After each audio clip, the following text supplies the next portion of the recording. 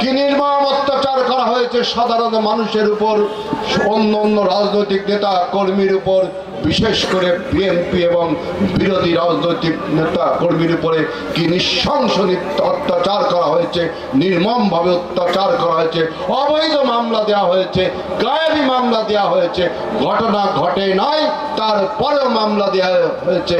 গত 17 বছর আমাদের অসংখ্য নেতা কর্মী দিনের পর দিন কারাগারে দুঃখ বরণ করেছে। আমাদের এই বিএনপি কোন চাঁদাবাজ দখলবাজ সন্ত্রাসীকে প্রশ্রয় দেয় না। দখলবাজ চাঁদাবাজ সন্ত্রাস মানে পতিত আওয়ামী লীগ সরকার, দখলবাজ চাঁদাবাজ আওয়ামী লীগ সন্ত্রাস মানে এই মাফিয়া সরকার। বিএনপি এই সমস্ত সন্ত্রাস চাঁদাবাজির সাথে বিএনপির কোনো সম্পর্ক অতীতেও ছিল না, বর্তমানেও নেই, ভবিষ্যতে ইনশাআল্লাহ থাকবে।